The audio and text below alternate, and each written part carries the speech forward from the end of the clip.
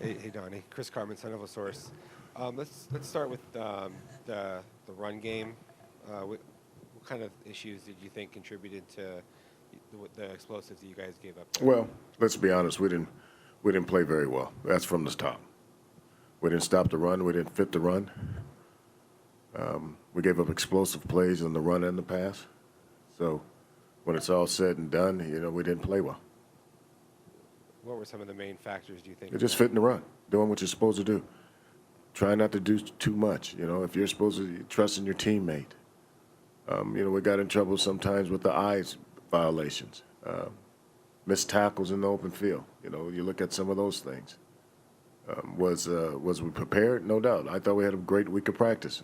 But what you find out real fast is you can't simulate the speed of another team's motions and their how they execute their stuff. So I'm not going to sit here and act like everything was peachy. We didn't play well. What about the outside of the Thompson-Robinson scrambles? What about the other third and longs? They beat us on third and long. We were, if you look at some of our third and longs, they scored on, I want to say, it was 9 of 11. We didn't play well. I can't sit here and make excuses. I can just tell you reality. You can look for me to say something different. I can't, and I won't try to manufacture an excuse for how we played other than we didn't play well. But you thought that if I understand correctly, the game plan you thought was game plan. was sound. How many people you think put together a bad game plan? No. So yes, I thought we played well. I thought we practiced well. I thought we had. We were prepared. Now, did we execute? No, we didn't execute. We just didn't execute. Coach, I was just saying to Coach Iguana, obviously the interception on the first play. I thought the game was over then. No, go ahead on.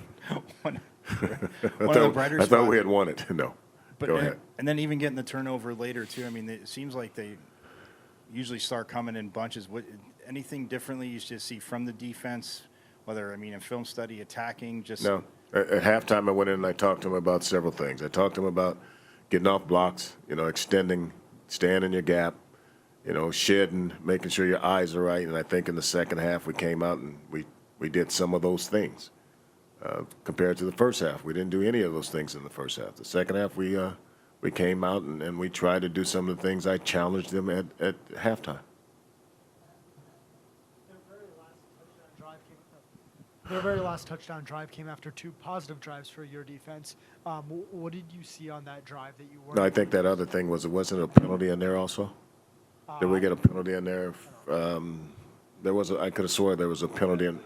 Yeah, Corey got a penalty for something, So those things come up to play, and it's hard to regroup after a penalty when you're going on drives and third downs. If you're not executing on third downs and then you get a penalty. It's almost like baseball, you walk somebody, next thing, what happens? Bad things happen. So penalties doesn't help you, and you still got to get off the field on third down, which we did not do. Donnie, just being kind of thin up front with the health issues, Omar and Nesta didn't play a lot. No. How much do you think that was a factor in it? Chris, I don't want to, I'm straightforward, Chris. I'm not going to try to say that we wasn't healthy. Some of those guys were sick, and they played as hard as they could play for the time they played. I think they played probably a half at the best that they could play. Heck, there's a few of us, that's still sniffling a little bit. But I'll never sit here and say that was an issue, other than they played as hard as they could play at the time they played, and that's how I see it. And Washington State, what do you think about what they do offensively? Well, here we go again, another quarterback. This quarterback is the guy that's running their offense. He's familiar with it. He came with the new coordinator from the school they came from in Texas, so he's very comfortable running their offense. Compared to last year where they had the guy, I think he went, where's he at now? U of A. So, they're almost similar, but they do some things different than they did last year. They'll be in 4 wides a lot, spread you out, and throw the ball around. Just like this team last week wanted to act like they were going to throw it, this team they are actually going to throw it. This is what they do. They throw the ball around. So, you know, I'm putting the game plan together now, and some of the things we're looking at is trying to make sure we don't give the same looks in the secondary and making sure we disguise a little bit more. I think those things come into play a lot when you got those quarterbacks that can throw the ball around. Go ahead and ask. Go ahead, Ethan.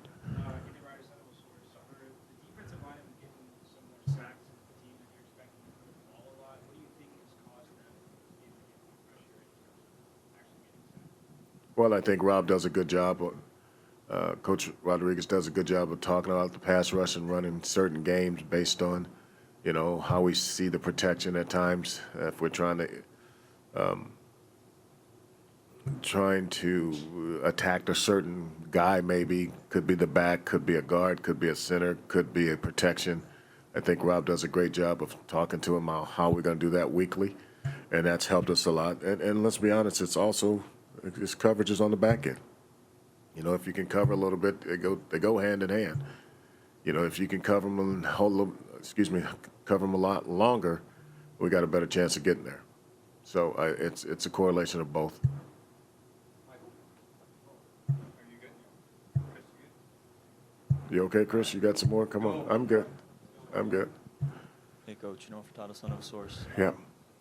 After a performance like that on Saturday, what's the sense of urgency from your point of view going into these next set of practices? Because, you know, just trying to make sure that you get the message across to them on what they need to improve. Like, how's that going to work? I'm gonna be the same guy. I'm gonna go in and I'm gonna talk about the things we need to improve on.